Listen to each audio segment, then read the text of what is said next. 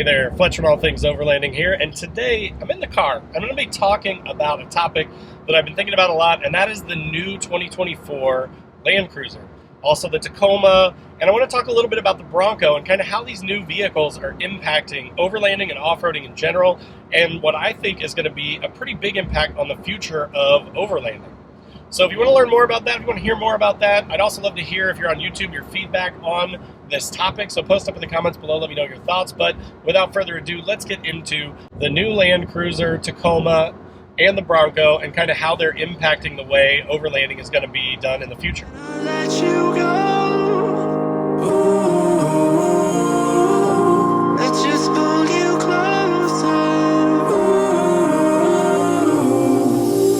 I can't understand where it came from, but you got it, my got it.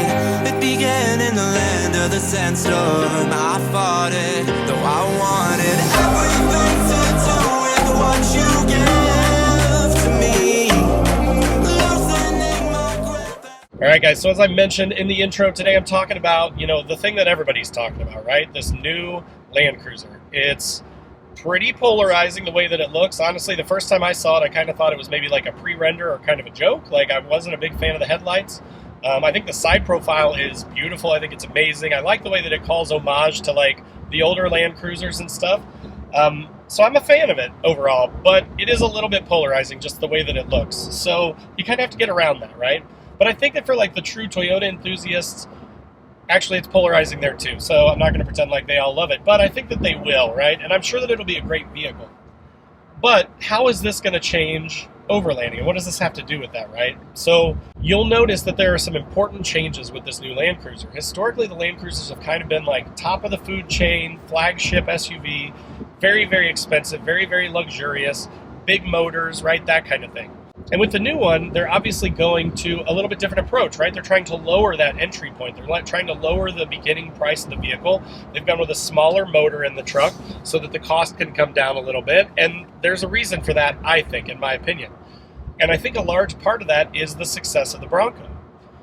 So, whether you love or hate the Bronco has been an awesome, awesome thing to push the industry forward as far as like factory capability goes, right? I think that it's a great retro-looking sort of new vehicle. So for folks that love older vehicles but want, the reliability and the lower mileage of, say, a brand new vehicle, then that Bronco appeals to those people, right? And as it's taken chunks out of Jeep's sales, Jeep has kind of just sat there and been, like, we're just going to wait and see.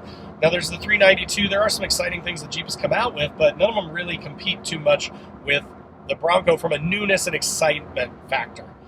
The Land Cruiser, of course, brings you Toyota reliability and the Toyota nameplate, but by getting a lower price point, you're kind of in that Bronco territory. So I think they're trying to take a chunk out of that instead of appealing to, say maybe the rich soccer moms, that type of demographic that has kind of become known with the Land Cruiser, right? So that's where I'm really excited about, and what, again, made me think about this topic. So I wanted to talk a little bit about how that Bronco and that new Land Cruiser are impacting overlanding and what I think will change in the future. So let's get into, some of the important things about those vehicles that I think will change the way that, we look at overlanding in the future. And I'm going to tie this a little bit to the new 2023 vehicle that I just bought. So, if you follow the channel, you know that I just bought a 2023 Frontier Pro 4X. I'm in it right now. I'm driving it.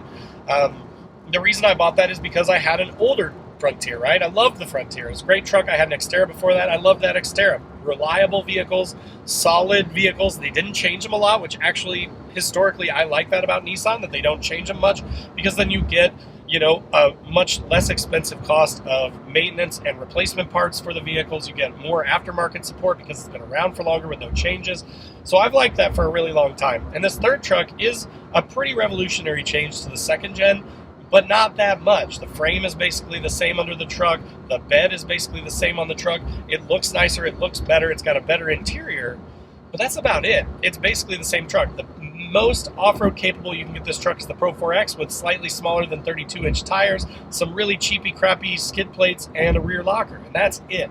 In the new Land Cruiser, you can get front and rear lockers, I believe. I'm not an expert, so correct me in the comments if I'm wrong, but it's going to have a ton of off-road capability from the factory.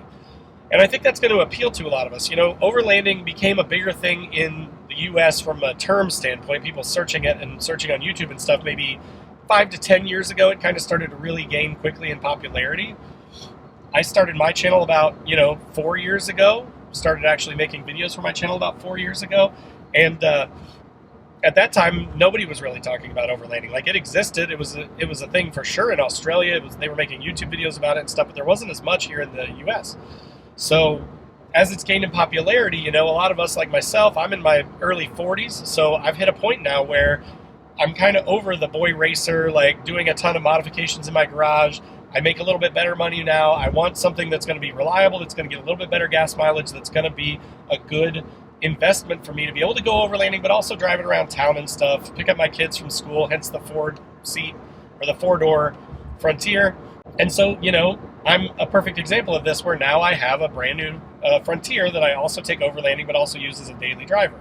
And I really think that that's going to be a trend that you're going to continue to see. Again, in the past, you pretty much had to modify everything, right? It was very uncommon to get a very capable vehicle with bigger tires, more ground clearance, armor, bumpers with winches, that kind of thing. It just wasn't something that manufacturers were interested in doing. And as a result, you had to modify everything. So like this truck, even because this truck is not that new, because they haven't really made any revolutionary changes, because it's basically the same as a second gen Pro 4X, I already have started. I put a 2-inch lift on it. I put a bed rack on it. I've started to modify it. I'm going to have to put a front bumper on it so I can put my winch back in it. There's things that I just can't do in this truck that I could do in the old truck. And you can't get those options from the factory. Even if I wanted to pay for them, they're not even options that are available from Nissan for this truck. However, with the changes coming from the new 2024 Tacoma, from the new Land Cruiser, from the new newer Bronco, right? Like, you can now get winches. The Colorado is a good example. The new Chevy Colorado has a ton of really nice features coming along with it now, like built-in factory winches, steel bumpers, 33 and 35-inch tires from the factory are becoming an option, better lockers, that kind of thing. And so that's kind of where I see it going, is as we overlanders historically get a little bit older, have a little bit more money, we're not going to want to be wrenching in the garage every weekend. And again, agree with me or disagree with me down in the comments. If you're on the podcast, jump over to Facebook, jump over to Instagram, jump over to YouTube, and leave a comment with your thoughts too. I'd love to hear from you guys as well. But that's kind of where my mind is going, right? I feel like with these new vehicles being more and more capable, more and more rugged from the factory, you get warranty on those things, which is a benefit to people like myself that, again, are getting a little bit older and don't want to lay on my back in the garage all weekend working on something. Those are benefits for all of us, right? And the other really nice thing, and let's kind of end with this third sort of section here, the really nice thing that's going to come out of this is just the fact that I think there's going to be a lot more options. Like, again, right now you've got new Land Cruiser, new Tacoma, new Colorado, the Bronco. The Ford Ranger is kind of in the same boat as the Nissan Frontier, where it's a rugged, capable thing. There is the Raptor, so that is an option, but you're up in the $60,000, $70,000 range, so you got to consider that. But a lot of these new vehicles, as they start to push, then a lot of these manufacturers are going to kind of get on the bus for doing more factory modifications stock and covering them under warranty, which I think will drive the industry. I also think it's going to force aftermarket parts manufacturers to get a little more creative, right? Like, they're going to have to find ways, with steel bumpers being more readily available on vehicles and winches being more readily available on vehicles, they're going to have to find ways to differentiate, to make better products, to make more interesting products, which again, I think is going to be a positive influence and a positive impact on the overlanding industry as a whole. So those were my thoughts on how the new Land Cruiser, Tacoma, Chevy Colorado, Bronco, Ranger, etc. are going to drive changes in the overlanding marketplace. What do you guys think? Again, if you're on YouTube, post up in the comments down below. Let me know what you think. If you are on the podcast, jump over to YouTube or jump over to my other channels, and there are links in the description down below, and join the conversation over there. I'd love to hear from you. Also in the description down below are links to my website, where I've got patches and stickers, awesome overlanding, camping, funny patches and stickers. Check those out. There's a link to my Patreon group, where we've got a 24/7 Discord. That's a lot of fun. We all chat about our rigs and gear and that sort of thing. And then last but not least, there is a link to the Newbie Overlanders group on Facebook. Totally free to join. Tons of awesome members in it. Really super helpful, authentic, genuine group. So if you're looking for something that's different from the bigger groups, definitely check that out. But again, thanks for listening. Thanks for watching, and we'll see you next time.